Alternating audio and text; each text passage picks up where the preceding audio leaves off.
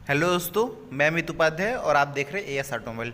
दोस्तों, आज मैं आप सबको बताने जा रहा हूँ जो टाटा एस गोल्ड में पिक्टल वायरिंग रेट्रो में लगाया जा रहा है वो वायरिंग कैसे लगाते हैं और ईसीयू के कौन से पिन नंबर पे लगाते हैं और उसका पिन कैसे निकालते हैं। ये आज मैं इसका फुल डिटेल बताने जा रहा हूँ, तो आप वीडियो में बने रहें।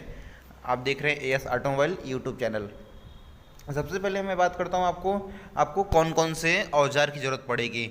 आपके पास एक पेचकस, स्क्रू ड्राइवर बोल सकते हो, उसे रहना चाहिए और 10 का लंबा बॉक्स रहना चाहिए, बॉक्स पाना, और एक रैचिट या फिर टी टॉमी, कुछ भी बोल सकते हैं। ठीक है दोस्तों, अब हम लोग आगे बढ़ते हैं। अब मैं सबसे पहले इसके डैशबोर्ड पे छेद कर लूँगा। डैशबोर्ड पे छेद कहाँ करेंगे ये मैं आपको स्क्रीन पे जो दिखा रहा हूँ, देखेंगे रीजनरेशन स्विच के बगल में जगह दिया होता है, वहाँ पे हम लोग ऐसा पेचकस से बना लेंगे। फिर से एक बटन लगाने का जगह, उसमें कहाँ बटन लगेगा ये बना रहता है पहले से, देख रहे। फिर उसके बाद हम लोग इसे कुछ इस तरीके से निकाल लेंगे और इस तरीके से निकालने के बाद इसका जो कपलर होता है वो कपलर निकाल के अलग कर देंगे, क्योंकि इसका जो कपलर है और पिक्टल वायरिंग का कपलर है वो दोनों एक में लगाते हैं। अब मैं यहाँ पे इस तरीके से काट लूँगा और इधर से काटने के बाद अब मैं यहाँ से वायरिंग डालूँगा। यहाँ से वायरिंग डालने के बाद फिर उसके बाद इधर से नीचे खींच लूँगा और नीचे खींचने के बाद फिर उसके बाद ये जो कूलेंट टैंक के नीचे कवर होता है, ये कवर को अब मैं 10 का तीनों बोल्ट खोल लूँगा। 10 का तीनों बोल्ट खोलने के बाद ये कवर बाहर कर लूँगा। बाहर करने के बाद ये जो देख रहे हैं वायरिंग जहाँ से गया रहता है वो रबड़ को मैं छेद करूँगा।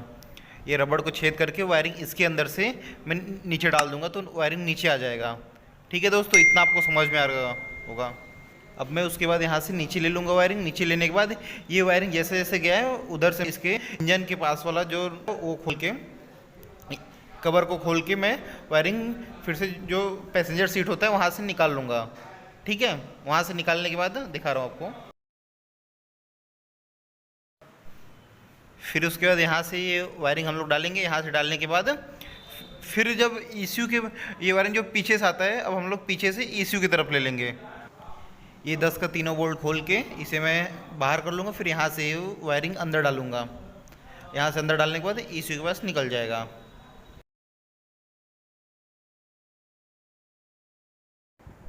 फिर आप ये देख रहे हैं मैं ईसीयू का कपलर इस तरीके से निकाल लूँगा। ईसीयू का कपलर निकालने के बाद 47 नंबर पिन और 42 नंबर पिन, ईसीयू का कपलर ये देख रहे हैं, यहाँ से लॉक छटका के निकलते हैं। ध्यान से देखिए आप, ये यहाँ से लॉक छटका के ऐसे ये बाहर आ जाएगा, ईसीयू का कपलर निकल जाएगा। फिर उसके बाद ये पेचकस से हम लोग ऊपर का लॉक निकाल लेंगे। ऊपर का लॉक निकालने के बाद आप ध्यान से देखेंगे ये आगे सबसे साइड 42 नंबर पिन रहता है। अब दोस्तों हम लोग ऐसे 42 नंबर जो पिन निकाल लेंगे, ये देख रहे हैं ये 42 नंबर पिन का निकाला हूँ, क्योंकि 42 नंबर पिन आगे ही रहता है इसलिए वो आसानी से निकल जाता है। फिर उसके अंदर इस साइड से 5 तार छोड़ के, नहीं 6 तार छोड़ के 7वें नंबर पे ईसीयू का 57 नंबर पिन रहता है। अब 57 नंबर पिन है, पहले हम लोग पेचकस से इसे चौड़ा कर लेते हैं, इसे निकालने में थोड़ा आसानी होगी। समझ रहे हैं दोस्तों। अब हम लोग ऐसा करने के बाद अब इसके बाद 57 नंबर पिन निकालें। 57 नंबर पिन देख रहे हैं, चिमटी से पकड़ के ऐसा हम लोग खींच लेते हैं तो आसानी से निकल जाती है। अब इसके लिए चिमटी रखिए और छोटा सा सुई वगैरह इस तरीके से। अब देखिए 42 नंबर का जो पिन है वो आगे ही सबसे पहले आसानी से ऐसा लगा देंगे। इसे लगाने के बाद चिट से आवाज़ आता है, ये चिट से आवाज़ है मतलब ये जान लीजिए लॉक बैठ गया। और फिर उसका ये 57 नंबर का पिन हम लोग ऐसे लगा देंगे। लगाने के बाद ये पिन थोड़ा सा दबा देते हैं हम लोग, इसलिए क्योंकि आसानी से बैठ जाए। फिर उसके बाद अभी ये देख रहे हैं इसका जो ये लॉक होता है, ये लॉक हम लोग ऐसे सीधे डाल के अब इसे पैक कर देंगे। अब ये भी लग गया प्रॉपरली, ये बंद करके एक बार हम लोग देख लेंगे। अब इसके ऊपर का कवर लगाते हैं, इसके ऊपर जो कवर था। अब हम लोग ईसीयू का कपलर वगैरह लगा के पैक कर देंगे।